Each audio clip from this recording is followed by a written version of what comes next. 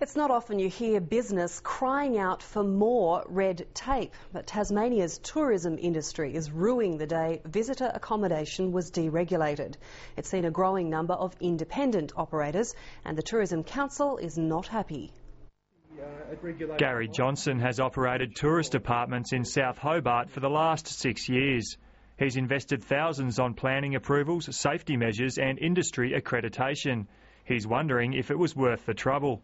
I know of some operators in South and North that don't bother with any of those regulations at all, which is a bit disappointing for those of us that do. It's a frustration shared by many in the industry. They see business going to properties that one day a house and the next day have a shingle out the front and are calling themselves visitor accommodation. Industry insiders say the number of uncertified and substandard accommodation outlets has grown dramatically. Online booking sites and high demand during peak tourist months are making it easier for them to find customers. The standards may be dubious, where there may be certain safety features not met, and certainly there are some where we can't guarantee a good visitor experience. The industry relies on self-regulation and councils to maintain standards.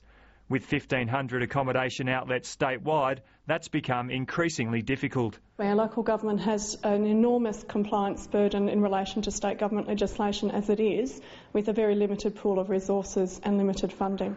Earlier this week, Tall Timbers Tasmania postponed plans for a new accommodation development at Smithton because of uncertainties about government funding and the growing amount of uncertified accommodation in the area. The Tourism Council says a crackdown is needed. We'd like to have some level of regulation, whether it's going back to a licensing scheme or maybe making the current accreditation program mandatory. A spokesman for the Minister for Hospitality, David O'Byrne, says the government has no plans to revive accommodation licensing. Damien McIver, ABC News.